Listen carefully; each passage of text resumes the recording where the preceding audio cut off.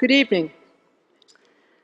I'd like to start tonight in a little different way than I expected, by remembering a wonderful woman who passed away earlier today, Barbara Bush.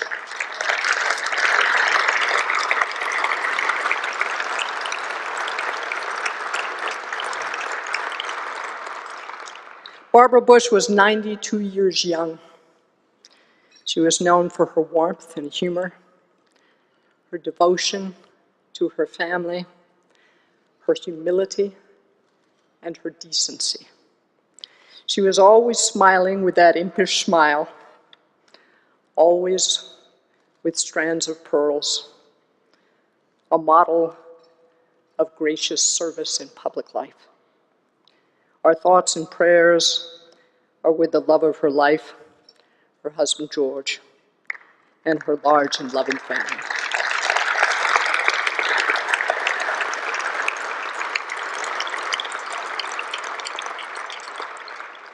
You know, last year during your conference, I was nominated but not yet confirmed as Secretary of the Air Force.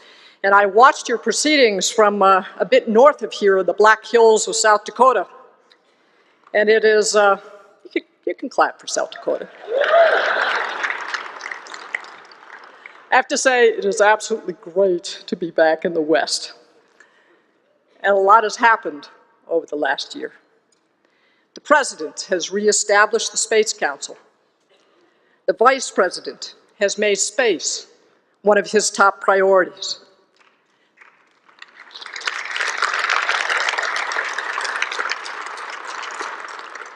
The Congress has reached agreement on a 2-year budget deal that will allow us to better manage emerging threats.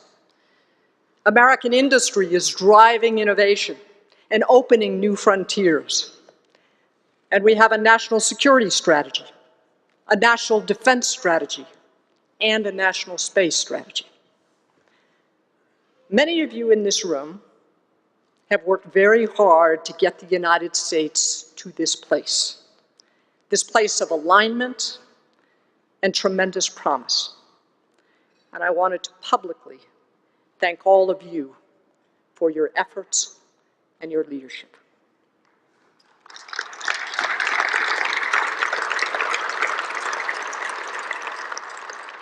Now, earlier this afternoon, those of you who were here and not enjoying the wonderful weather outside heard from Dave Goldfein about our people, about their training, about our determination to be a predator and not the prey.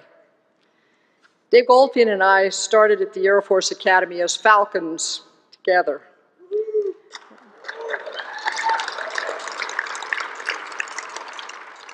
And we actually think it's kind of odd that the class clown and the class geek end up running the Air Force.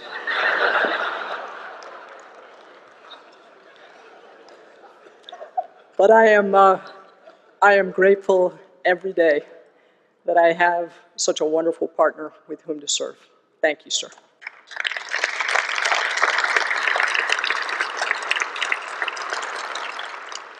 On Easter weekend, the Chinese space station, as big as a school bus, burned through the Earth's atmosphere, its debris scattering in the Pacific, several hundred miles east of the Solomon Islands.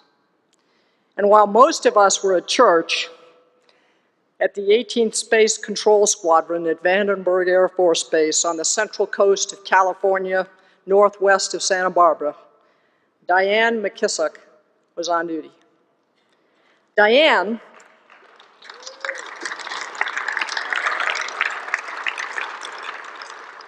is the Air Force civilian who worked with 8 countries on the reentry pathway of the debris. Last year alone, she and her team informed nations and companies of over 300,000 potential collisions in space. 24 hours a day, a small team of American airmen tracked more than 20,000 objects in space that are bigger than a softball. We share that information with the world, as we have done since the beginning of the space age over a half-century ago. And that community of spacefaring nations is expanding. Last night, I met with representatives from Brazil and Chile and the European Union and Italy and Poland and Switzerland and Norway to discuss areas of mutual interest and possible cooperation in space. The National Space Strategy calls for stronger international partnerships to deter potential adversaries. Now, for many years, the Air Force has trained pilots and air crews from our allies around the world. The United States hosts the Euro-NATO Joint Jet Pilot Training Program at Shepherd Air Force Base in Texas. The Afghans train at Moody Air Force Base in Georgia. The Singapore Air Force flies their own F-15s out of Mountain Home Air Base in Idaho. And until recently, you could count on a really good Oktoberfest in Alamogordo, New Mexico. It's time to go farther. It's time to build on years of collaboration to deepen our relationships with our allies and partners in space. I'm pleased to announce tonight that starting in 2019, the United States Air Force will expand opportunities for allies and partners to participate in Air Force space training.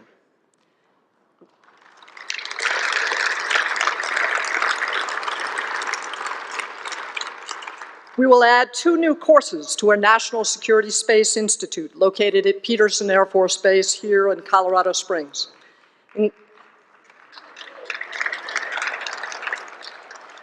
Including one on space situational awareness for our partners and allies to learn more about collision avoidance, deorbits, and reentries. And we will open more of our current advanced courses on national security space to military members of allied nations. Australia, Canada, and the UK currently attend. We will invite New Zealand, France, Germany, Japan, and possibly others to come train with us. We will strengthen our alliances and attract new partners, not just by sharing data from monitoring, but by training and working closely with each other in space operations. So why now? Why do this now? Because we face a more competitive and dangerous international security environment than we have seen in decades.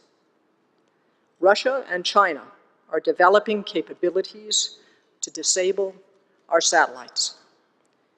We will work with like-minded nations to preserve the ability to freely and safely operate in space.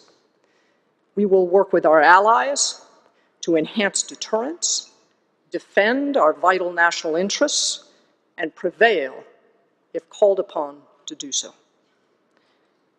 The United States Air Force is the best in the world at space. In 1945, General Hap Arnold wrote in a memo that spaceships could be built within the foreseeable future. In 1948, General Hoyt Vandenberg guided the new Air Force into the satellite age. In February of 1954, John von Neumann's Teapot Committee recommended that the US accelerate the development of ICBMs. And 5 months later, the Air Force established the Western Development Division in Inglewood, California, the forebear of today's Space and Missile Systems Command.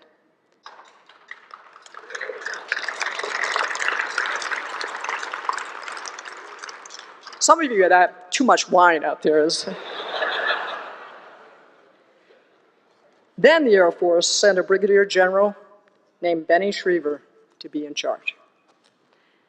The first of 4 GPS satellites were launched in 1978, the year I stepped off a bus as an awkward teenager in tennis shoes and jeans at the base of a ramp at the Air Force Academy and walked up under that ramp with those big aluminum letters up above the arch that said, "Bring me men."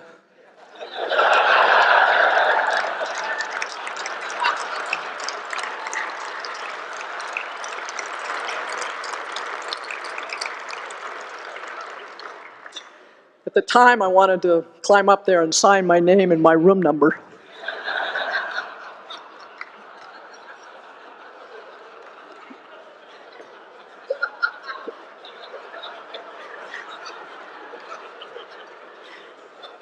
It was a very different time. Desert Storm in 1991 was the first space war. We used multispectral imaging to update maps and to find obstacles for our troop movements. But most important were those new navigation satellites. Only 13 were on orbit at the time, and 5 were developmental and years past their life expectancies. 3 of them were failing, but our airmen, space controllers, kept them alive, made them work. The initial airstrike in Desert Storm was led by Air Force helicopters that had GPS receivers to mark radar targets for Apache Hellfire missiles. At that time, only 5% of Air Force aircraft had GPS receivers. You know, sometimes airmen are actually even smarter than the technology that we provide. A classmate of mine from the academy was a forward air controller who jumped in with the Army in Desert Storm behind enemy lines in Kuwait. It was dark, and the group of 100 more men had one GPS receiver. And as the Army commander kneeled in the darkness in the ditch next to a road, he was looking at that new device and trying to orient himself to figure out where the town was that they were supposed to go to. And my classmate walked up to him and said, "Sir, I think the town is 5 kilometers that way." Completely ignoring him, the Army commander continued to study his map and his GPS receiver. And my classmate said, "No, sir, really, the town is 5 kilometers that way." And the Army commander barked at him and asked him how the heck he knew that. And he said, "Sir, that's what the road sign says right here."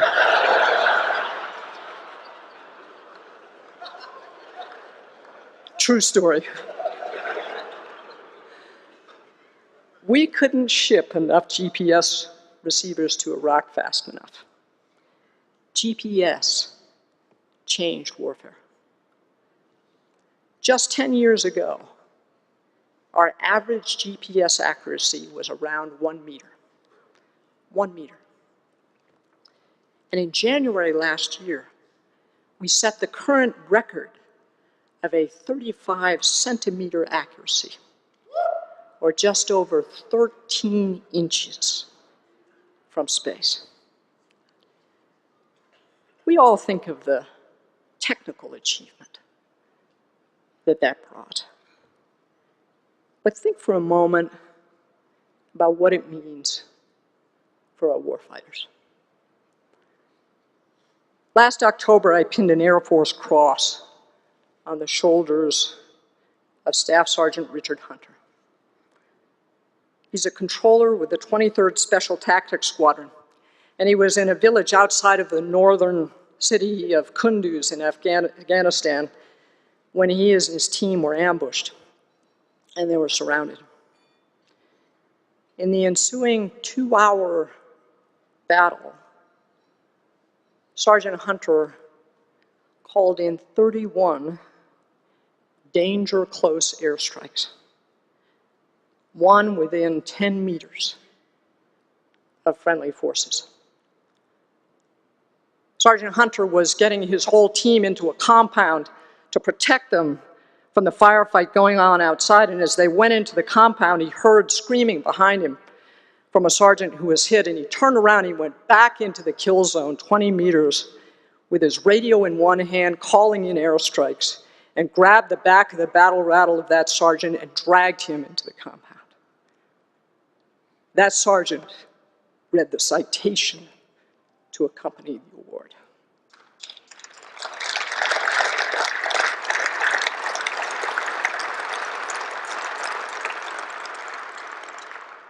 Precision to within an arm's length and terrible courage saved 50 lives that night.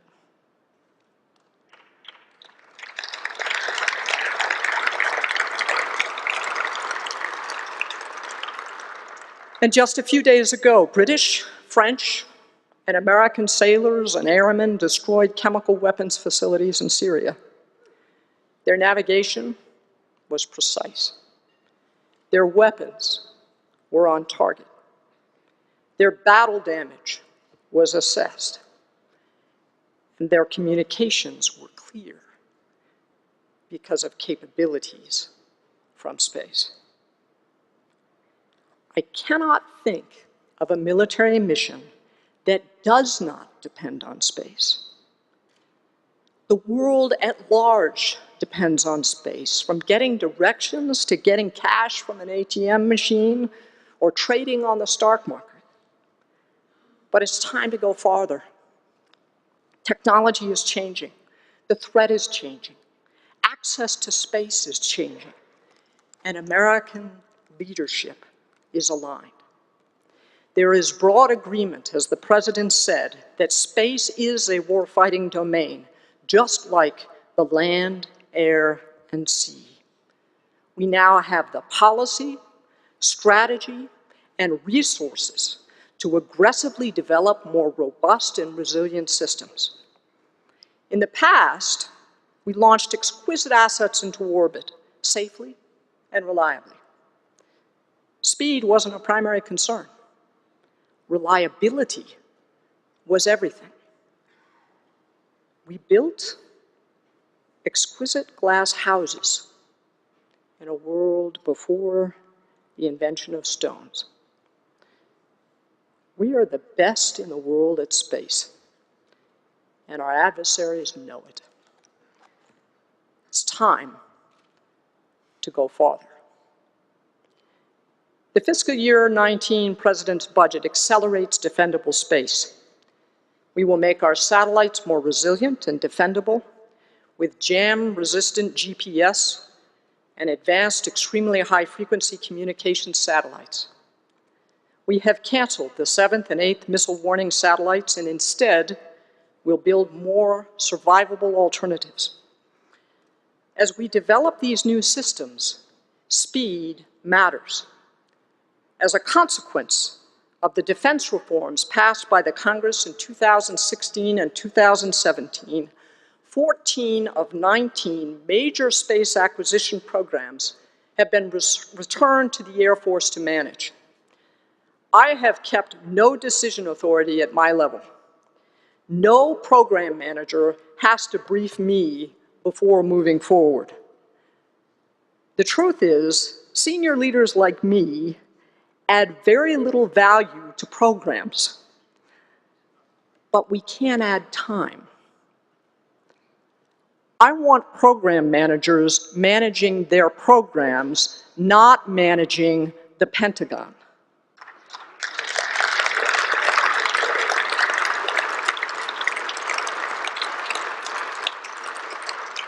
As we change the way we do acquisition in the Air Force, the next generation missile warning satellite will be a pace setter. It'll be a pathfinder back to the exceptional programs done at speed that is the heritage of the United States Air Force. SBIRS 7 and 8 were scheduled to take 9 years to design and produce. Today, we are announcing that the schedule for its replacement is 5 years. Our goal is to cut 4 years off the procurement of the next generation missile warning satellite. So are you skeptical? We have great people in the Air Force who know where the wasted time is in a process that over time and for reasons that made sense at the time, take up time unnecessarily. First, we are not going to spend years on an analysis of alternatives.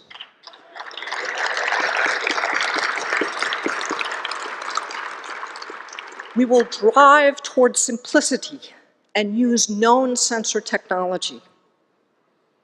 But the biggest barrier to speed is not in the program office, and it isn't in industry. It's in the Pentagon. The Air Force has been the most aggressive of the services in using special acquisition processes like the Rapid Capabilities Office to accelerate procurement.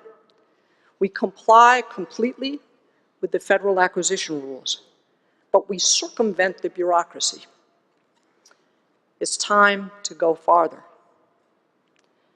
It's time to stop circumventing the bureaucracy and start rewiring it.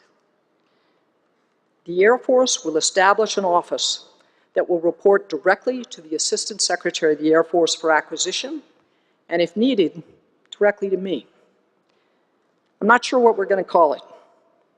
Perhaps AQ Delta, the fourth letter in the Greek alphabet, which in mathematics is the symbol for change. Or perhaps we'll find a name slightly less geeky and obscure. We will staff it with a team of highly capable people with deep understanding of how the Pentagon works and how it doesn't work. Their job is not to buy things, but to change the Pentagon rules on how we buy things so that speed is possible. Programs have to have an independent cost estimate, but they don't have to have two of them done sequentially. We need to change that.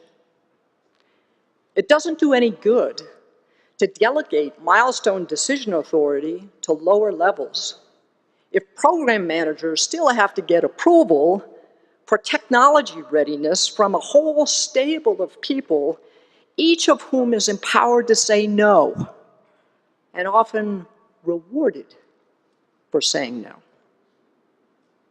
We need to change that. But we aren't going to wait to change all the rules of the game in the Pentagon to drive forward and change the way we do business. We must work with America's best companies and its most innovative engineers and scientists to secure our future. In January, the Space and Missile Systems Center, our largest acquisition office that does all of our space systems procurement, set up a $100 million space enterprise consortium to engage innovative suppliers for space systems. We're using simple contracting procedures called other transaction authorities. The consortium recently awarded its first 2 contracts to rapidly prototype microsatellites and send them into geostationary orbit. These initiatives are a start, a way to begin to change the culture of innovation. But it's time to go farther. Since last December, Lieutenant General J.T. Thompson and his team has been taking the lead at Space and Missile Systems Center in Los Angeles, evaluating how we design and build space systems and how we can do it better and faster. In a series of sprints, with the participation of a team at the Pentagon, including the Deputy Secretary of Defense and the leadership of the Air Force, General Thompson has been leading the restructuring of the Space and Missile Systems Center. You can call it, I guess, SMC 2.0. Benny Shriver would be pleased. General Thompson's redesign will collapse the cradle-to-grave stovepipes and establish a chief architect to consider the entire space enterprise. SMC will have a production core that is separate from a development core. There will be sections that focus on innovation and another that will drive partnerships. General Thompson is moving forward with the redesign, setting speed as a key parameter, and the reorganized SMC will reach initial operating capability in October of this year. Since the dawn of the space age, airmen have been there, forecasting the weather, detecting missile launches, fixing communications, monitoring treaty compliance for more than 5 decades. And there are now new, more capable satellites on the way. It's time to go farther. There is much work to be done, and we look forward to doing it together with all of you. No other organization in the world can do what we do, and we're only getting faster and better and going farther. Thank you for your work.